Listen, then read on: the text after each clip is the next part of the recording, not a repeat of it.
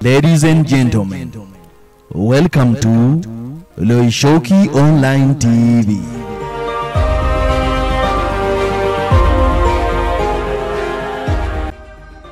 Ladies and gentlemen, welcome to Loishoki Online TV.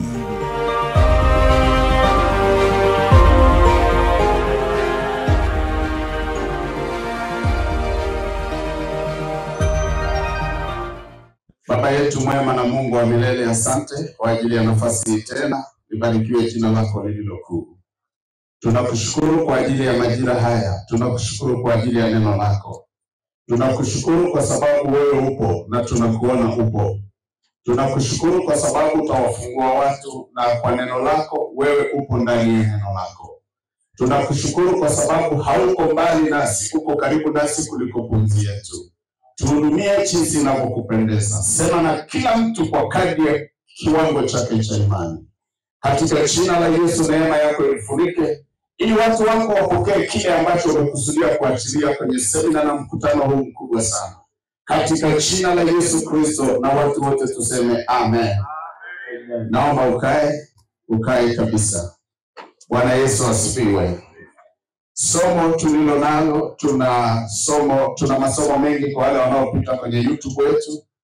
Tuna masomo yenye neno kichwa kinachosema kampeni ya urejesho ya kifedha kwa watoto wa Mungu walio ndani ya Kristo Yesu. Lakini wakati tunakuja Matui, hilo neno tumepewa mapema kwamba tungeweza kufundisha kwa miezi 6, lakini tukabadilishiwa msingi wake uko wapi. Na nataka nikuletee neno ambalo litakusaidia wewe, lakini pia litasaidia mtu mwingine yoyote ambaye Mungu amempa wajibu wa kumtumikia katika nafasi ya kikuhani. Bwana Yesu asifiwe. Na jana kwa wale waliokuwepo, najua kuna wachungaji jana walikuwepo, lakini wazee wa kanisa, kuna vitu ambavyo tulizungumza kidogo kwenye madhabahu kule Kiteto. Mimi nataka niongeze kitu kidogo pale. Kwa siku ya leo, kwa kuwa siwezi kufahamu kama nitapewa siku 2 au 1, wewe ndio hii tu na bado mimi nawiwa. Nimekutana na changamoto kidogo kwa sababu ya somo hili, lakini bado ninamtegemea Yesu. Bwana Yesu asifiwe. Somo lina kichwa kinachosema madhara na faida inayoletwa na sadaka inayotolewa kwa kuhani au inayopokelewa na kuhani. Madhara na faida au faida inayoletwa na sadaka inayopokelewa na kuhani au inayopelekwa kwa kuhani. Bwana Yesu asifiwe. Na tunataka tuangalie kinachobebwa na hizi sadaka. Kuna nguvu ambaye huwa inaandamana na sadaka. Na mimi nataka nikuonyeshe mambo kama 3 tu leo. Alafu tutaendelea, tutakwenda kwenye maombi. Wewe uliyekuja kwa ajili ya kuombewa usiondoke. Tuna kipindi cha maombi baadaye. Na hicho kipindi kitakufungua kabisa. Hii ni wiki ya kukombolewa. Bwana Yesu asifiwe. Somo hili limebebwa na makusudi mawili. Kusudi la kwanza ni kuweka angalizo kwa watumishi wa Mungu wanaozipokea sadaka za Mungu. Na kama ni angalizo, wewe je, unayetoa sadaka, pia kwako kuna angalizo. Kwamba haitoshi tu mchungaji au kuhani anapokea zile sadaka, lakini pia kuna nini kwako wewe ambao unatoa hiyo sadaka. Na hii somo hailengi sina kitu inachobeba cha wewe kutoa sadaka. Inachobeba ni kutafuta kile ambapo vinakuletea matokeo kiasi gani kwenye maisha yako. Hiyo moja. Lakini la pili, kufikiri juu ya yule aliyezipokea zile sadaka. Je, zimekwenda kwa njia iliyo sahihi na zikamfikia kwa njia ambayo iliyo sahihi? Kama zimemfikia, mbinguni anaona nini? Na wewe uliyetoa hiyo sadaka unaona nini? Kwa sababu haitoshi tu ukatoa sadaka, lakini lazima tufikiri juu ya hiyo sadaka uliyotoa kimebeba nini. Lakini mle ndani ya sadaka, kama sadaka ya sauti, kwenye hiyo sadaka yako umepokea matokeo gani? Kwa sababu sadaka inabeba uhai, lakini sadaka inabeba. Kwa hiyo ni tahadhari kwa pande zote mbili, kwamba wewe unayetoa ukitoa isivyo hawakubali. Na watu wengi sana wamefikiri wameacha sadaka kwa sababu Mungu amesadaka zao, lakini hawakujua ile sadaka wakati wanatoa hawakuweka angalisho kwenye nafsi zao. Kwa hiyo walitoa tu kwa sababu wanatoa. Ukitoa tu sadaka kwa sababu unatoa, huhitaji kupokea matokeo. Lakini ukitoa sadaka kwa sababu unafahamu nini unachokifanya, unahitaji kupokea matokeo. Kama unatoa kwa sababu unatamani tu watu waburudisha watu, sadaka sio burudani. Sadaka sio burudani. Lakini nguvu kubwa sana tunayotaka kuangalia madhara yaliyotokana sasa na hiyo sadaka ambayo tayari imeshakwenda, wewe umeshaitoa. Lakini kule ilikopokelewa haikupokelewa katika njia iliyo sahihi. Haleluya. Kusudi la pili, kuachilia ufahamu kwa mpokeaji wa sadaka kuwa yeye ni wakili wa Mungu katika madhabahu yake. Yule anayepokea sadaka ni wakili wa Mungu kwenye madhabahu, kwa sababu madhabahu sio ya makuhani, madhabahu sio ya kanisa. Jamani, makanisa ni majengo, lakini madhabahu ya Mungu ndiye anayekaa ndani ya majengo tuliyopatana tujenge. Haleluya.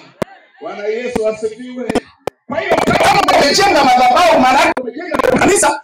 Ndio maana sadaka huko nyuma nje ya kanisa inatolewa kwenye kanisa.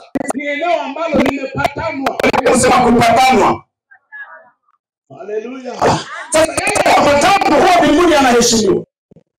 Biblia inasema, nani lolote mtakalo kwa jina langu, nani lolote mtakalo ukipatana, Mungu anasimamia patano. Lakini sasa tunaangalia mahali pale ambapo tumepachagua na Mungu amepachagua kulikamilisha jina lake. Pale alipopachagua ndipo mahali tumeagiza tupeleke sadaka. Tutasoma maandiko. Kama ndipo alipoagiza tupeleke sadaka, zile sadaka zina kanuni. Na mimi nataka nikueleze nilichosemeshwa na Mungu. Mimi sikuzungumzii dini yako. Mimi sina shida na dini yako. Kwa sababu tukizungumza habari ya dini inaleta maelekezo ya kwake, lakini Mungu ana maelekezo ya kwake. Mimi na maelekezo ya Mungu. Kwa sababu Mungu atakusaidia wewe unayetoa, lakini yule anayepokea. Kwa yule anayepokea kupokea yakapokelewa na mikono ambayo sio iliyotakiwa ipokee hiyo sadaka, madhara yake ni makubwa. Haleluya. Haleluya. Na mimi nafahamu kuna utaratibu mwingi tunautumia makanisani. Na mimi sina shida na utaratibu. Mungu yupo kwenye huo utaratibu. Sababu kama tunatumia sadaka ya Mungu kwenye utaratibu ambaye yeye hayupo, uwe na uhakika tumejenga Mungu mwingine. Na miungu yapo.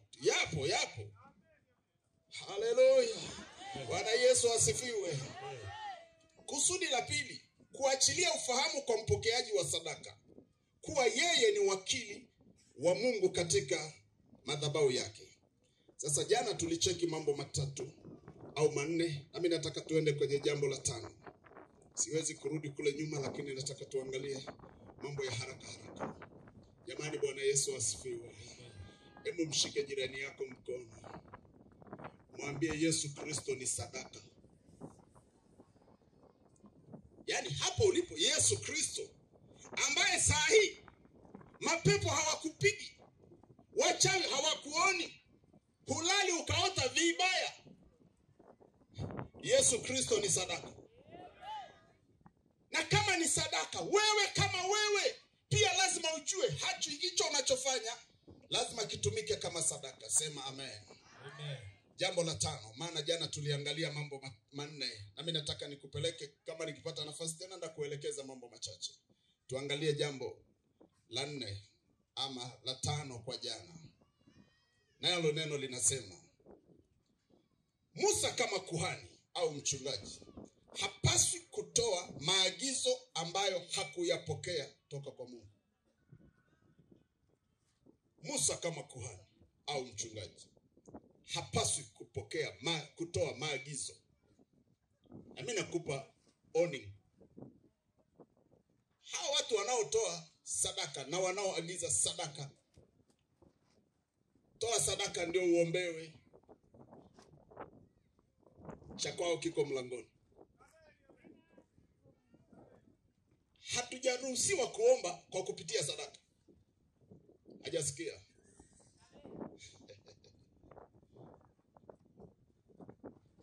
Kama nitakwambia toa sadaka ndio nikuombee,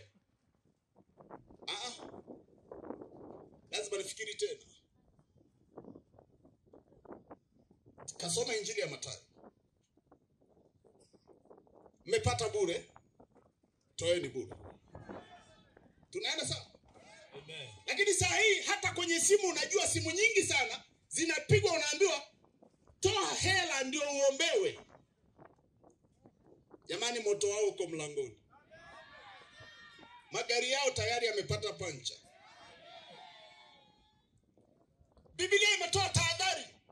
Ole kwa mtu ajengaye nyumba kwa fedha ambazo sio za haki.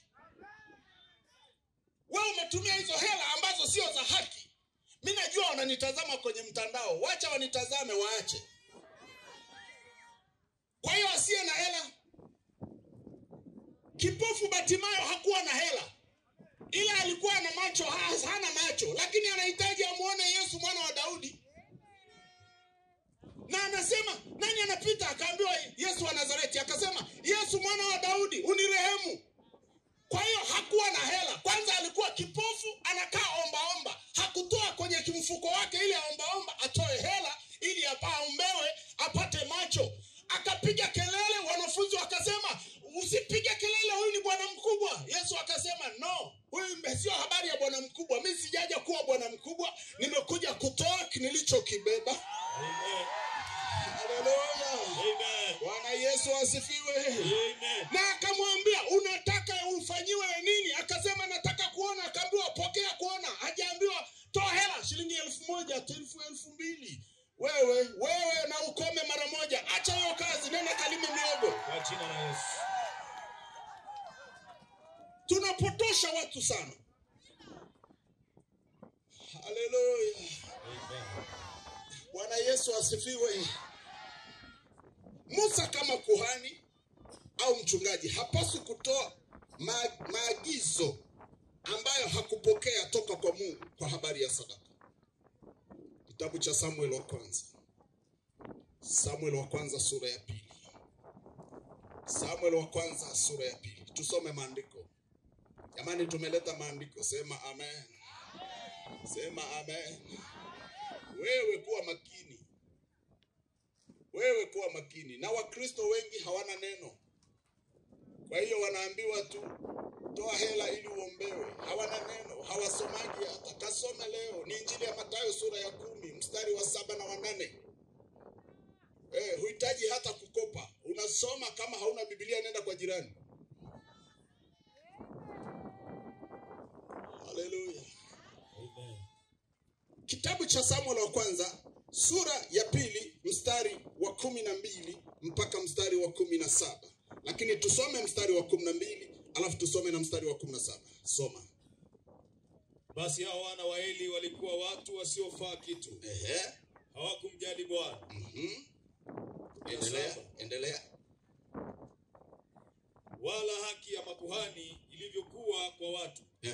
Wakati huo mtu awaye yote alipotoa dhabihu, wakati wowote, ndipo huja mtumishi wa kuhani, nyama ilipokuwa katika kutokota, naye akawa na uma wa meno 3 mkononi mwake, naye hutia kwa nguvu humo chunguni au birikani au sufuriani au chomboni. Nyama yote iliyoinuliwa kwa huo uma, kuhani huichukua mwenyewe. Ndivyo walivyofanya huko Shilo kwa Israeli wote waliokuja huko. Tena mstari wa 17. Hivyo dhambi yao wale vijana ilikuwa kubwa sana machoni pa Bwana, kwa maana watu walidharau sadaka ya Bwana. Rudia mstari wa 17. Hivyo dhambi ya wale vijana ilikuwa kubwa sana machoni pa Bwana. Kwa maana hao watu walidharau sadaka ya Bwana. Sadaka ya nani? Ya Bwana. Haleluya. kufikiri kidogo. Wana wa Eli walikuwa ni makuhani wanaoandaliwa. Kwa lugha ya nyumbani leo ni wazee wa kanisa. Wamesikia tu kwamba kuna sadaka inatolewa kanisani, na kwa kuwa wanapewa hizo sadaka wakati mwingine na zimepitia mikononi mwao, na wewe elewa, nyumba ya kikuhani huwa inazalisha makuhani. Na mimi najua kabisa hata wewe unajiandaa kuwa kuhani, na makanisani siku hizi wazee wa kanisa wanachaguliwa kama kwenye vyama vya siasa.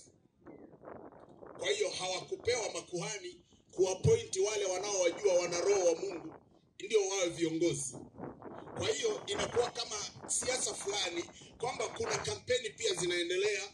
Okay, hamna neno, lakini tunachotaka kuangalia juu ya sadaka waliopaswa kupokea kutoka kwa wana wa Israeli. Mstari wa 12 anasema basi hao wana wa Eli walikuwa watu wasiofaa kitu. Akaweka nukta na kom. Nukta na kom au maana yake ni nini? Ni kufikiri kidogo kama hawakufaa kitu. Lakini walifanya nini? Walikuwa wahudumu wa madhabahu lakini wasiofaa kitu. Lakini wahudumu wa madhabahu. Kumbe ni wahudumu wa madhabahu lakini wasiofaa kitu. Kumbe ni watenda kazi kwenye madhabahu lakini wasiofaa kitu. Nataka uone mambo mawili hapa. Jambo la kwanza, hawa ni makuhani ambao kwa kawaida wanapakwa mafuta. Lakini hizo sadaka zilipokuwa zinapelekwa, wale wapeleka sadaka zile walihitaji kupokea kitu ambacho kimeagizwa na Mungu kuwa ndani ya ile utoaji wao kuna matokeo watayapokea. Hawakuyapokea. Kwa sababu kama kanuni ya kitu, kwa mfano, kama kanuni ya kufanya jambo linahitaji kufanya kwa hatua fulani, zile hatua hazikufuatwa, tukubaliane pamoja, zile hatua zisipofuatwa, kile ambacho kilikuwa kilipaswa kutumika kwenye hizo hatua haitaleta maana. Na hao makuhani hawakuweza kufahamu madhara ya kile walichokuwa wanakifanya. Kwa nini hawakufahamu? Kwa sababu kuna namna hawakupata maelekezo sahihi. Jamani, Bwana Yesu asifiwe. Bwana Yesu asifiwe. Kwenye Biblia watu waliokuwa wamehalifu madhabahu walipigwa mawe wakafa. Lakini wana wa Eli hawakupigwa mawe wakafa. Walihurumiwa na baba yao. Waliachwa. Wakaachwa. Kitu gani kikatokea? Wakafanya makosa. Na yale makosa sahihi tunakwenda kwenye kanisa la leo. Cheki kitu cha pili ambacho kitakusaidia. Yale makosa ambayo wana wa Eli wamefanya ndio yanayoendelea sahihi. Yanaendeleaje? Matumizi ya sadaka kwenye madhabahu. Mwagiza sadaka anaitwa Mungu. Sadaka ni za yeye. Angalia ule mstari wa 17. Naomba tusome tena maana macho yangu hayajachoka kusoma. Hivyo dhambi yao wale vijana ilikuwa kubwa sana machoni pa Bwana, kwa maana akatoa sababu. Kwa maana hao watu walidharau sadaka ya nani? Ya Bwana. Ngoja nikupe angalizo wewe ambao unanisikiliza. Mungu amekupa nafasi. Umesimama kwenye kanisa na neema ya Kristo imesimama juu yako, na Mungu akakupa kuwa sehemu kwa ajili ya maandalizi. Kila mzee wa kanisa kwa mujibu wa kanuni zote za makanisa yanayomkiri Roho Mtakatifu, kila mzee wa kanisa ni muandaliwa kwa ajili ya kuwa shemasi. Ni kweli sio kweli? Ni kweli sio kweli? Okay. Kama ni muandaliwa kuwa mzee wa kanisa, kuwa mchungaji, ina maana akishindwa kutekeleza maazimio ya sadaka kwa kanuni ya kibiblia, ni candidate wa baadaye. Madhara yatampata kwa muda asiyodhani. Wana wa Eli walipata madhara. Haleluya. Tukubaliane. Waliopeleka sadaka kwenye madhabahu ya mzee Eli walitegemea wamkute nani? Eli. Jamani, Bwana Yesu asifiwe. Waliopeleka sadaka kwenye madhabahu ya mzee Eli kule Shilo walitegemea wamkute mzee Eli. Hawakumkuta mzee Eli, wakakuta vijana wa mzee Eli. Wakafanyaje vijana wa mzee Eli? Vijana wa mzee Eli wakafanya zina na uchafu, hawakuheshimu sadaka ya Bwana, na kwa sababu hawakuziheshimu zile sadaka za Bwana, mauti ilitegemewa sasa iwapate. Na maandiko yanasema ni kwenye sura hiyo hiyo Mungu akakasirishwa na jambo hilo. Atafanya nini? Kwa sababu hao watu wamekosea, na kwa sababu wamekosea ndivyo ambavyo leo kanisa linakosea. Wakati linakosea hakuna mtu anayesema hii ni mbaya. Nataka nikuambie, sauti ya Mungu inasikika kwenye masikio yako, hiyo ni mbaya. Sema amen. Amen.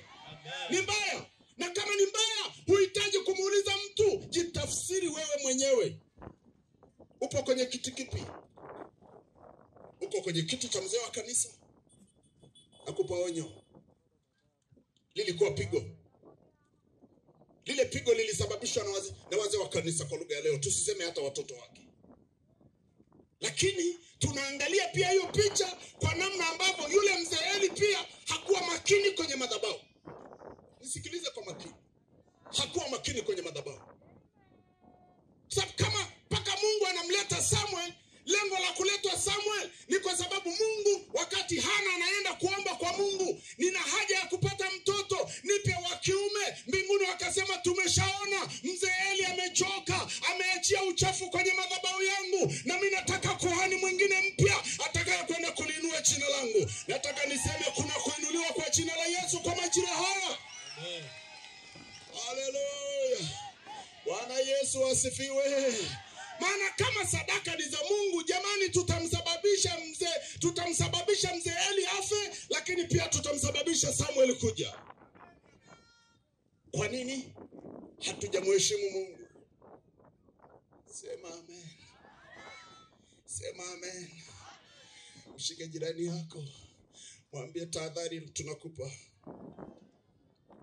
Ngoja nikupe tahadhari kwa wewe mtoaji wa sadaka. Unatoa tu. Unatoa tu. Unatoa tu. Mwangalie jirani yako, mwambie unatoa tu. Unatoa tu.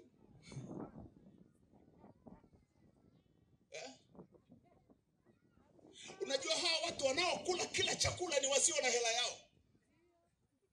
Hajanielewa? Kula chakula cha hela yako. Utachagua aina ya chakula. Chakula cha kununuliwa hutachagua chakula. Kikuta mlenda uliopoa, kunywa. Hajanielewa? Kikuta kiporo iliyopoa, si hauna hela.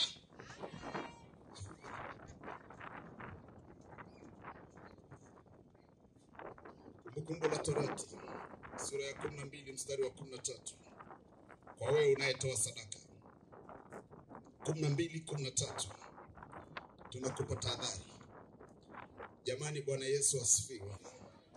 Jamani, Bwana Yesu asifiwe. Tafuta kumuona kuhani wa sadaka yako. Tafuta kumuona yule anayestahili umpe sadaka yako. Usitoe sadaka mahali tu, kila mahali. Kama ni kanisani unakoabudu, muombe Mungu. Mungu hana haraka na sadaka yako. Mungu ana haraka na kukujua, na wewe kumjua yeye. Ukimjua yeye, utapata kila kitu unachotaka kwake.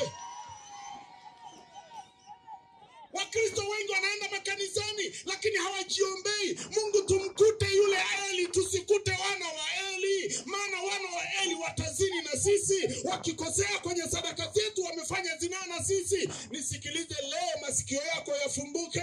Muombe Mungu, mwambie Mungu, sitaki nimkute mtoto wa Eli, nataka nimkute kuhani Eli peke yake.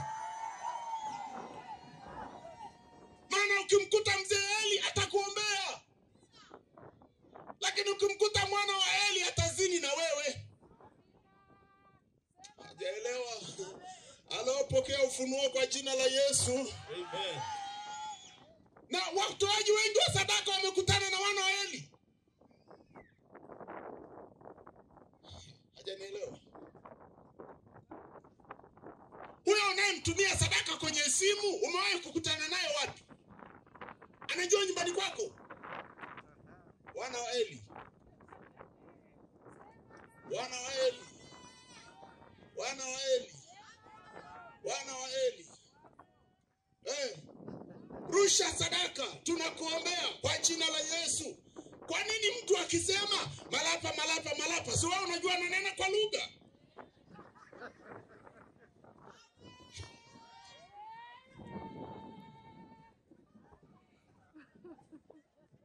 Unielewi, utanielewa kesho. Najua shida yako umeibiwa sana, kwa hiyo unafikiri hata ukiletewa injili ya kweli ni wizi. Huu sio wizi, huu ni kukufungua macho. Mimi nimekuja kufungua macho, ndio maana nimekwambia somo hili halilengi kuchukua sadaka yako. Somo hili linalenga kukuwekea tahadhari. Usipite kila mtaa, pita mtaa unaokupeleka nyumbani kwako kwa Yesu. Wewe unapita kila mtaa, unapita unakuta wana wa Eli watazini na wewe sasa. Omba kwa Mungu.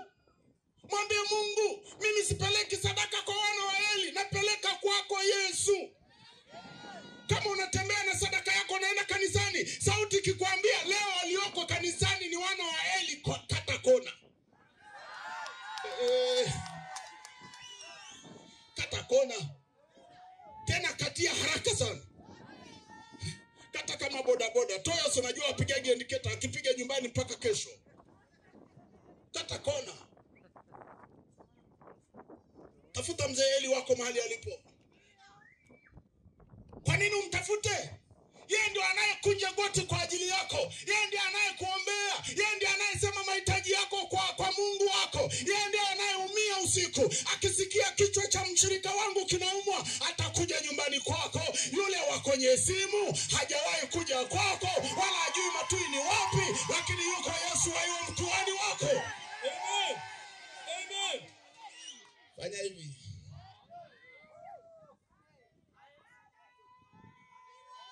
Wewe unaibiwa na machinga. Machinga hana kwake. Pita njia hawatakusaidia. Haleluya, haleluya, haleluya, haleluya. Mtu mmoja aseme amen.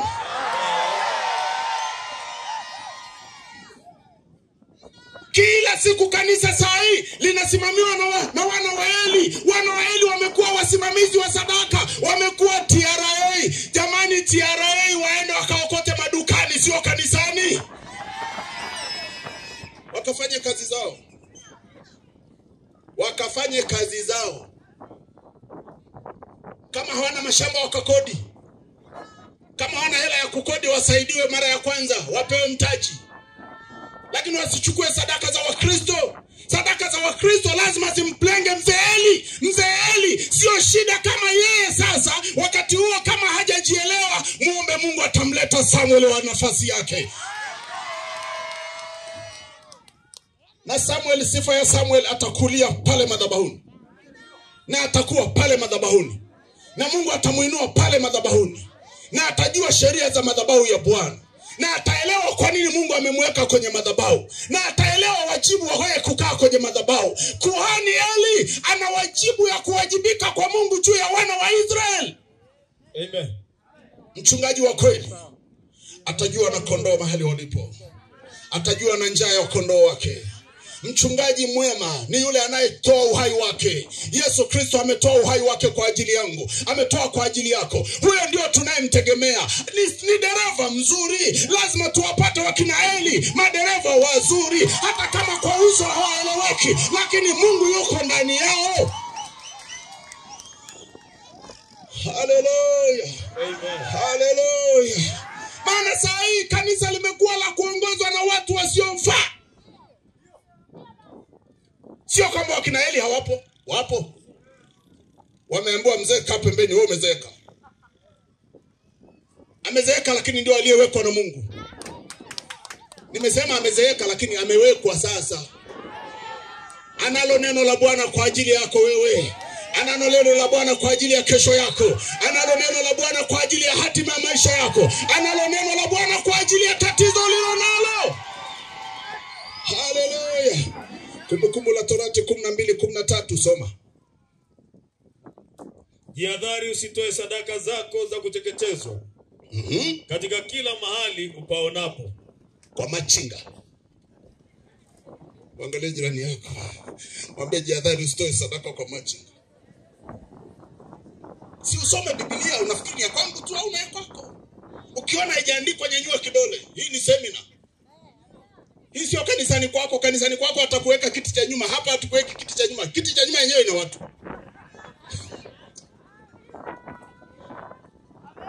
Maana kule kanisani utatengwa. Sawa, hapa hatukutengi. Ukiinua kidole unahitaji msaada. Kama Biblia yako haijaandika, tuulize, maana tuko hapa. Wapendwa, tumekuja kwa ajili hii. Ndicho kilichotuleta. Tumeacha vyote. Tuna kazi kuliko ya kwako, lakini tumekubali tuje tukufungue macho yako yafunguliwe. Madhabahu ya Bwana ipate heshima. Mungu apate heshima. Eli asimame kwenye nafasi yake. Eli ajue wajibu yake. Oh, mtu mmoja asema amen. Ukitoa sadaka yako kwa machinga hata kuombea. Jihadhari, Biblia imesema. Mimi sijasema, Biblia imesema. Mimi ndio nasema kwa niaba ya Biblia. Sema amen. Sasa watoaji wengi wa sadaka hawana majibu kutoka kwa Mungu, kwa sababu hata hivyo Roho Mtakatifu alivyowaambia simama usitoe hiyo sadaka, walisema maadamu nimetoa. Usitoe kwa sababu nataka kuwapendeza watu. Toa kwa sababu nataka umuone Yesu kwenye maisha yako. Toa kwa sababu nataka ukutane na Yesu. Toa kwa sababu nataka Yesu akutane na haja yako. Biblia imesema kila mtu anayetoa sadaka atasaidiwa siku ya shida yake. Siku ya shida yako Bwana atakumbuka sadaka yako. Kama hujatoa kwa uaminifu, ukitoa kwa machinga, Bwana hajaona hiyo sadaka, imeliwa na wezi. Kwa nini iliwe na wezi wakati tumepewa hiyo injili ya kukufungua ufahamu? Kwa nini uruhusu wezi waingie wakati Yesu ameleta watu wenye macho?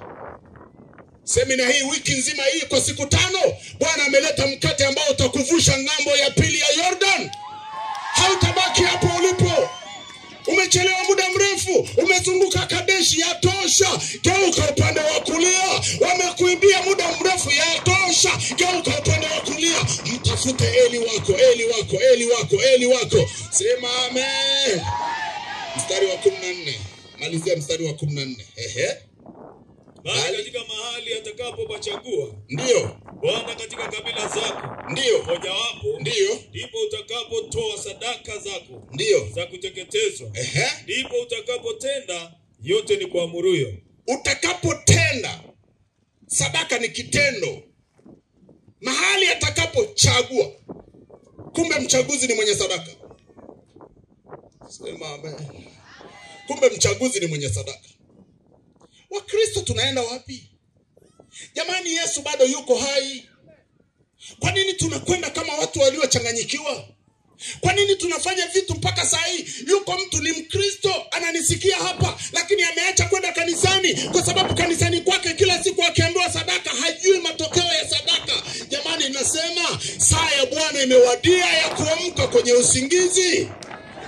Inatosha. Inatosha. Inatosha. Muulize Mungu, kuhani wangu ni nani? Muulize Mungu, Eli wangu yuko wapi? Kwa nini hiyo kinywa chako ukifungua usiombe kwa Kiswahili kama wewe ni mgogo? Omba Kigogo. Shida ya wapendwa wengi, anaomba kwenye maombi wakati hajui Kiswahili. Unamtukana Mungu. Omba Kigogo. Omba Kisandawe. Kama wewe ni Masai, omba Kimaasai. Mwite huyo Mungu, anasikia. Mwenye kugawa lugha ni yeye. Huyu mtu anisikia sasa.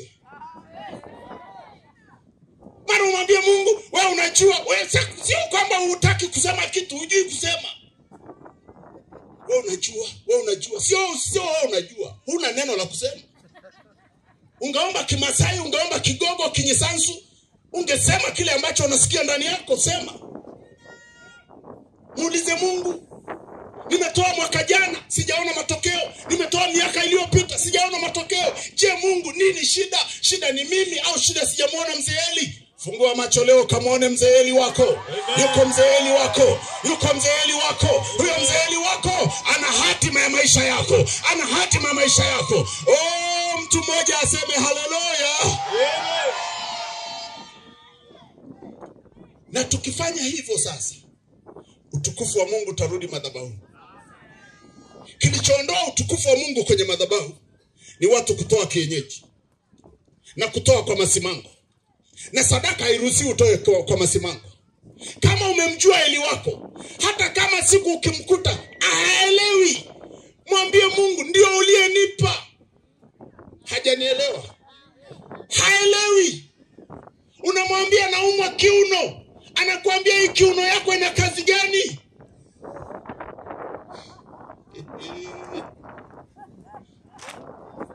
Ndio Eli wako, ndio uliyepewa. Shida yako ukimkuta mzee Eli hana network, wewe unakimbia kanisa, unahama, unaenda kwenye kanisa lingine. Ukifika kule unakuta wana wa Eli. Hajanielewa? Nenda kamuulize kila aliyehama kanisa kama alikutana hata na uwepo wa Bwana. Kwa sababu wahamaji wa kanisa wengi wanagombana na wakina Eli. Wakiambiwa yawapasayo wanasema hapana, sio wakati. Kwani wako Nyagai walikuwa wapi? Huu sio wakati. Si wapo makanisani? Haleluya. Bwana Yesu asifiwe. Amen. Si wapo makanisani? Kila siku watu wanaosema huu sio wakati. Mchungaji, hii sasa ni wakati wa kupeleka watoto shule. Peleka shule, wanarudi na mimba. Wewe mtu mwenye hatima ya watoto wako amesema Mungu anahitaji utoe sadaka.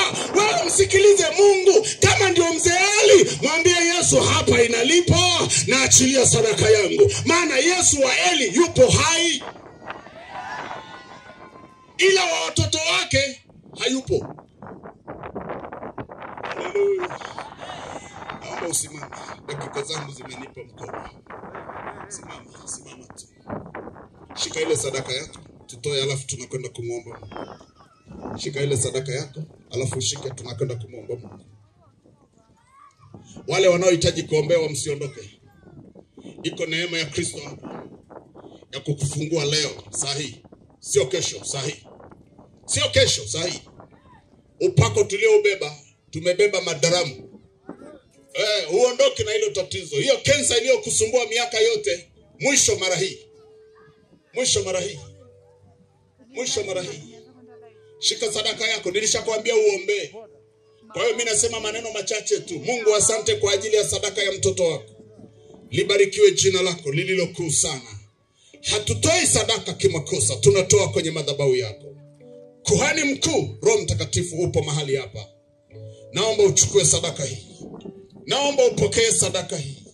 Naomba sadaka hiyo mtoto wako Bwana, hata imfungue macho, hata imfahamishe mzee Eli wake yuko wapi, hata imfahamishe mahali anakotakiwa kuwa, hata imueleweshe majira yaliyomchilia sasa ni majira gani.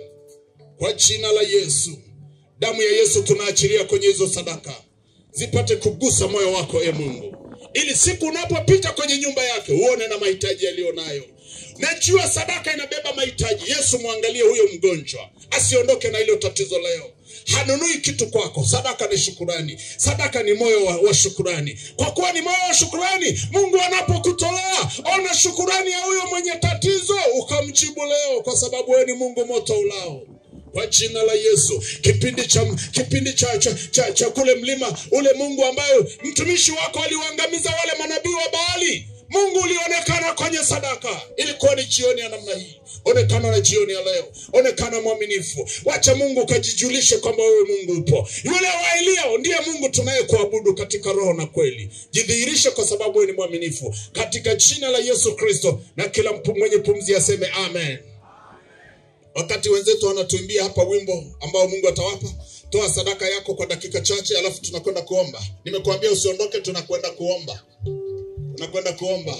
Na hizo sadaka ninaomba mwenyekiti wa CPCT utupe watu kadhaa ambao watasimamia wakishirikiana na watu wa huduma, ili sadaka ipate usalama. Sije tukawapa watu wana wa Eli. Karibu.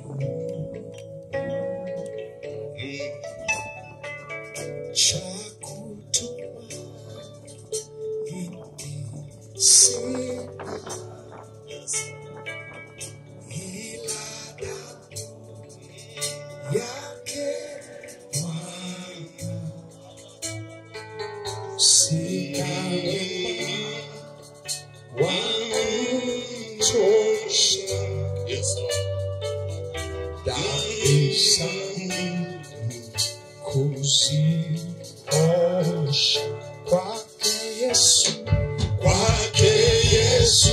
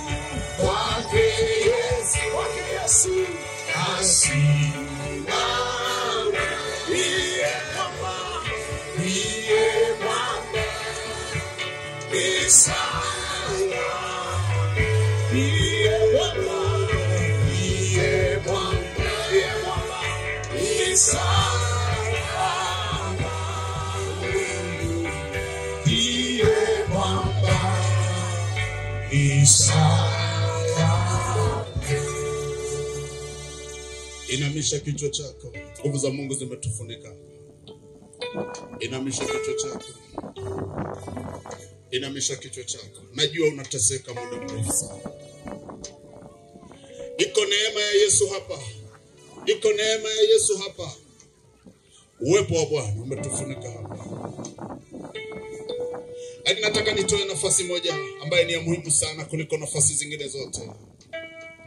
Kama ndani yako unajua hujaokoka au uliokoka ukarudi nyuma na ungetamani kuja kwa Yesu. Uliokoka ukarudi nyuma au hujaokoka kabisa na ungetamani kujenga maisha yako ndani ya Kristo Yesu. Hiyo nafasi ni ya muhimu sana. Haya masomo hayana kitu kwako isipokuwa somo lolote linalobebwa na msalaba. Neema ya msalaba lazima uikimbilie. Ipate kukusaidia. Ipate kufungua kesho yako. Ipate kufungua maisha yako. Kama hujaokoka au umeokoka na ukarudi nyuma. Kama hujaokoka au umeokoka na ukarudi nyuma. Inua mkono wako juu nifanye maombi kwa ajili yako. Inua tu mkono wako juu mahali ulipo. Usiogope, usimuulize wa jirani yako. Inua tu mkono wako juu. Kuokoka sio dini mpya, hatukupi dhehebu. Tunakupa Yesu mwenyewe. Hatukupi dhehebu, tunakupa Yesu mwenyewe. Hujaokoka na ungetamani kuokoka. Inua tu mkono wako juu ndakuombea mahali ulipo. Usijali. Usimuulize jirani yako, usimwangalie jirani yako. Ndio maana nimekuambia inamisha kichwa chako. Funika tu macho yako. Iko neema kwa ajili yako. Funika tu macho yako. Nguvu za Mungu ziko juu yako. Yuko Mungu naye mheshimu, ndio maana sijakwambia nyoosha mkono kwangu, nimekwambia nyoosha juu. Yuko juu. Na yuko ndani yako. Ila mruhusu, mpe uhalali sasa. Mungu uliye hai, asante kwa mikono iliyoinuliwa juu. Wewe ni shahidi wa kila moja. Wewe ni mwaminifu kwa kila moja. Ninaomba neema yako Yesu. Wacha leo hiyo ukurasa mpya. Tunaanza semina hii na mkutano huu mkubwa na wageni. Mungu wewe unamtaka mmoja ambaye akitubu mbinguni kuna furaha. Injili yetu ni bure pasipo kusema neno la wokovu. Naomba neema ya wokovu wako juu ya huyo mtu. Wakati umeinua mkono wako juu, asikuzuia mtu. Chukua hatua, njoo hapa mbele. Njoo songa mstari wa kwanza hapa. Wewe ni wa muhimu. Mbinguni wanahitaji mtu kama wewe. Njoo chukua hatua yako. Uliyeinua mkono, songa mbele. Usimuogope aliye jirani yako. Kimbia mbele za Bwana. Wewe ambao umeinua mkono, nimeshasema maneno kwa Bwana. Kwa hiyo Mungu tayari ni shahidi kwako. Njoo kwa Yesu. Kimbia kwa Yesu. Kimbia kwa Yesu. Ni furaha mbinguni. Kama mbinguni ni furaha, kwa nini kwako isiwe furaha? Kwa nini kwa Yesu isiwe furaha? Njoo songa mbele.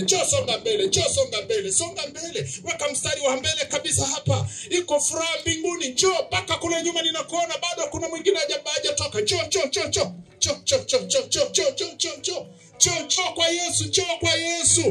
kwa Yesu. Kwa Yesu kunalipa. Kwa Yesu iko faida. Haki yako iko ndani ya Yesu. Haki yako inapatikana msalabani. Mwite Yesu, mwambie na mimi usinipite. Tatizo lilo nalo ni kubwa kwako. Kwa Yesu sio kubwa. Kwa Yesu sio kubwa. Inueni mikono wote pamoja na hao wanaompa Yesu maisha. Sema, Mungu Baba, Mungu wa mbingu na nchi, nimekuja kwako jinsi nilivyo. Naomba unisamehe dhambi zangu zote, makosa yangu yote. Ninakukiri Yesu jioni ya leo ya kwamba wewe ni Bwana. Nakupa maisha yangu. Ninakukaribisha ndani ya moyo wangu. Karibu Yesu, uwe Bwana na Mwokozi wa maisha yangu. Mimi simtaki shetani. Nakutaka Yesu, wewe uliyekufa pale msalabani kwa ajili ya makosa yangu. Kuanzia leo Yesu, ninakukiri wewe. Simtaki shetani. Na kukaribisha ndani ya moyo wangu kwa uwezo wa Roho Mtakatifu. Uwe Bwana na Mwokozi wa maisha yangu. Kila udhaifu ulioko ndani yangu, udhaifu wa dhambi, udhaifu wa magonjwa, udhaifu wa mafanikio, Bwana Yesu, naomba ingilia kati. Mimi sitaki kufa. Na kutaka Yesu, ingia kwenye maisha yangu. Roho ya shetani iniachie leo kwa jina la Yesu. Kwa damu ya Yesu. Kwa damu ya Yesu. Simtaki shetani na kazi zake zote. Na kutaka Yesu, nitakutumikia siku zote za maisha yangu. Asante Bwana Yesu. Kuanzia sasa nimeokoka. Wewe ni Bwana katika maisha yangu. Kwa jina la Yesu. Nyamaza kimya. Hao wanaoandika majina waache kwanza. Karobo shanda. Risika mando robokuri abasaya. Karobo shakaribisika mando. Upako wa Roho Mtakatifu. Mungu uliye hai, mwaminifu wa sifa na Mungu mwenye neema. Mbingu na zishuke mahali hapa. Uaminifu wako ushuke. Damu ya Yesu tunainua mahali hapa. Mwangalie huyo mtoto wako amelia muda mrefu. Amehitaji msaada, hana msaada. Huyo mwingine anaishi kwa dawa. Huyo mwingine ameteseka na dhambi. Yesu, kwa msalaba wako yote yanawezekana.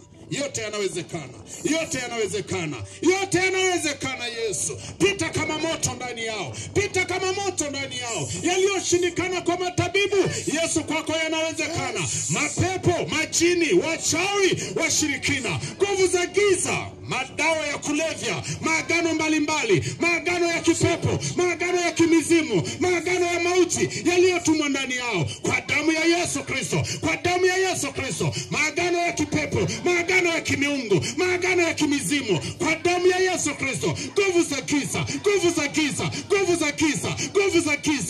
za giza, mapepo majini, wakuu wa giza waliofanya maagano nao. Ewe roho ya mauti, ninakuamuru kwa mamlaka ya jina la Yesu. Ewe roho ya mauti, achia watoto wa Mungu, achia fahamu zao, achia akili zao, achia fahamu zao.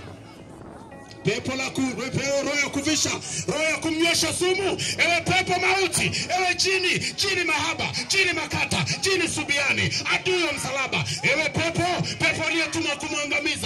uliyetumwa kumwangamiza, kwa damu ya Yesu natuma moto, natuma moto, natuma moto, naachilia moto, naachilia moto, moto wa Roho Mtakatifu upite ndani yao, upite ndani yao. Agano lolote la kimizimu uachie, uachie, uachie. Wahudumu pita, wahudumu pita, weka mikono juu yao. Moto upite, moto upite, moto upite, moto upite, moto upite, moto upite, moto upite, moto upite. Mdhibitini huyo, moto upite, moto upite, moto upite, moto upite, moto wa Yesu, moto wa Yesu, moto wa Yesu. Roho ya mauti achia, achia, achia, achia, achia. Magonjwa ya Misri achia, achia, achia. Karabashanda, ewe pepo la nyoka, pepo la nyoka, pepo la nyoka, pepo la nyoka, pepo la nyoka achia, pepo la nyoka achia, kwa damu ya Yesu, kwa damu ya Yesu. Fire, fire, fire, fire, fire, fire, fire, fire, fire, fire, fire. Moto wa Roho Mtakatifu upite ndani yao, uondoe kila udhaifu, uondoe kila udhaifu. Ewe roho ya kuvisha, pepo la kuvisha, pepo la kuvisha, fungasha, achia, achia watoto wa Mungu, achia waliofunga makaburini. Ninawaita kwa damu ya Yesu, majina yaliyopelekwa makaburini, kwa damu ya Yesu, kwa damu ya Yesu Kristo, kwa jina la Yesu Kristo wa Nazareth aliye hai. Karibu shanda, risanda rabakuri ya basaya. Moto unapita, moto unapita, moto unapita. Agano linavunjika, maagano yanaharibika, maagano ya kuzimu yanaharibika. Tunamtapisha huyo, tunamtapisha huyo, huyo aliyevishwa, tunamtapisha huyo, huyo aliyelishwa chakula cha uchawi. Tunamtapisha huyo kwa damu ya Yesu, kwa damu ya Yesu. Maneno yaliyosikiwa yakaleta umauti ndani yake, kwa jina la Yesu, kwa damu ya Yesu Kristo, kwa damu ya Yesu Kristo Nazareth aliye hai. Karibu shanda. Tunakuabudu, tunakuabudu Mfalme, tunalitukuza jina lako, tunalihimidi jina lako Bwana, tunaliabudu jina lako Mfalme. Wewe ni mwaminifu, hakuna kama wewe, hakuna mwaminifu kama wewe. Uchungu, uchungu, uchungu, uchungu. Uko uchungu ndani ya mtu, uko uchungu ndani ya mtu. Pepo la uchungu, pepo la uchungu, pepo la uchungu. Sauti mahali inakofika, pepo la uchungu, pepo la uchungu. Uchungu wa mauti, uchungu wa mauti, uchungu wa mauti. Now, now, now. The name of Jesus. Kwa damu ya Yesu, kwa damu ya Yesu, kwa damu ya Agano Jipya, kwa damu ya Yesu. Pepo unalofuatilia familia, pepo la kuchambulia familia, kwa damu ya Yesu Kristo, kwa damu ya Agano Jipya, kwa damu ya Yesu Kristo wa Nazareth aliye hai. Pepo kisiwi, pepo kisiwi, yuko ambaye ni kisiwi. Pepo kisiwi, weka mkono kwenye sikio lako. Pepo kisiwi, kisiwi inaondoka, ukisiwi unaondoka, ukisiwi unaondoka. Pepo la kutokusikia, pepo la kutokusikia. Tunazibua hayo masikio, haya masikio yaliyokufa, tunayazibua kwa damu ya Yesu, kwa damu ya Yesu. Ndio yanasikia hayo sasa, ndio hayo yanasikia, ndio hayo yanasikia, ndio hayo yanasikia. Lazima yasikie, lazima yasikie, lazima yasikie, lazima yasikie, lazima yasikie, lazima yasikie, lazima yasikie, lazima yasikie. Masikio inasikia, masikio inafunguliwa, masikio yake inafunguliwa kwa damu ya Yesu, kwa damu ya Yesu, kwa damu ya Yesu, kwa damu ya Agano Jipya, kwa damu ya Yesu, kwa damu ya Yesu, kwa damu ya Yesu, kwa damu ya Yesu, kwa damu ya Yesu, kwa damu ya Yesu. Huyo mtoto apokee uponyaji kama mama yake alivyopokea uponyaji. Huyo mtoto apokee uponyaji kwa damu ya Yesu Kristo wa Nazareth aliye hai. Kamando ribokuria, karabobo shanda, risekeria bakura, kandara bakuria basaya. Neema yako Kristo iliyo kuu. Tumbo la kujaa gesi, pepo la tumbo la kujaa gesi. Kama tumbo lako linajaa gesi, mahali unaposikia, weka mkono kwenye tumbo lako linalojaa gesi. Moto unapita, moto unapita, moto unapita, moto unapita, moto unapita. Tumbo lako linajaa gesi, weka mkono kwenye tumbo lako. Fire, fire, fire.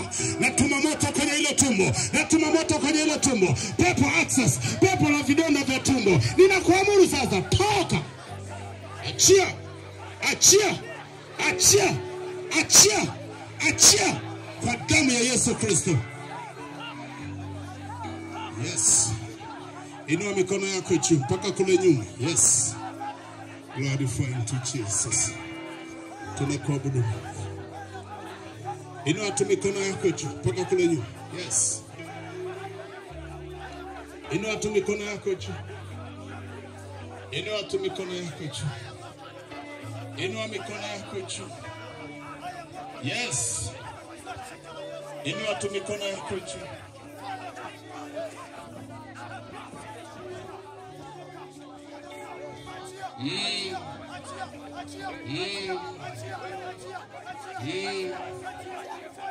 Kuna mtu amepoteza vitu vyake.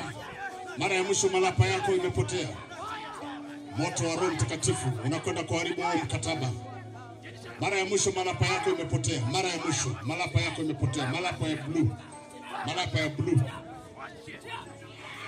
Karabu shanda. Pepo yenyi wachawi uliochukua hivyo viatu na mnazitumia kuzimu, kwa jina la Yesu Kristo, nguvu za giza, kila agano lilofanyika kwenye hivyo viatu na sasa anapata shida kwenye miguu yake, inapata moto. Natuma moto wa Roho Mtakatifu. Natuma moto wa Roho Mtakatifu.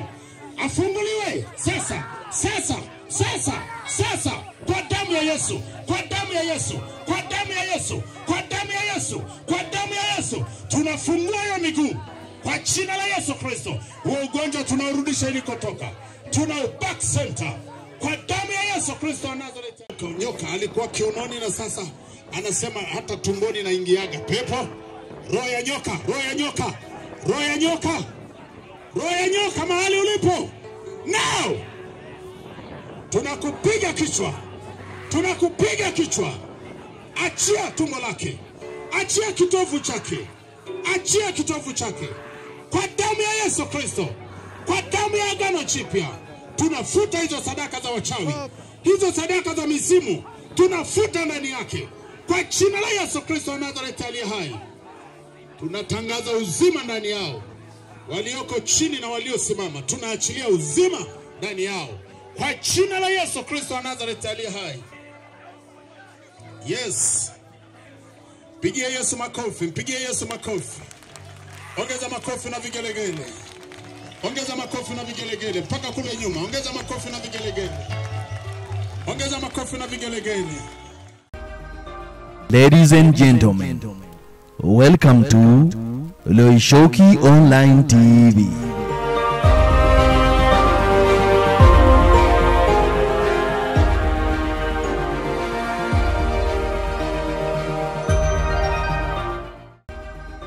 Ladies and gentlemen, welcome to Loishoki Online TV.